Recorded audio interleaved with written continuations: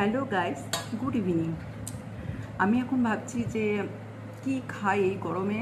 তা ভাবতে ভাবতে যথারীতি এই যে নিয়ে বসেছি পাঁপড়।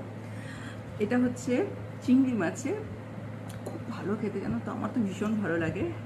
তার সাথে নিয়ে বসেছি এই গরমে এই গরম চা। মানে এখন আমি আর কোল্ড কফি খাবো না। আমি দেখতে চাই, ওই যে একটা কথা আছে না, বিষে বিষক্ষয়, আমি দেখতে চাই এই গরমে গরম চা খেয়ে ঠিক কতটা গরম বাড়ে বা কমে। সে যাই হোক, সত্যি যা গরম পড়েছে না, কি মনে হচ্ছে বলো তো, সত্য হয়ে যাব। মানে আমার নামটা ঠিক রূপা সরকারটা চেঞ্জ করে রূপা সত্য করে দেবো ভাবছি।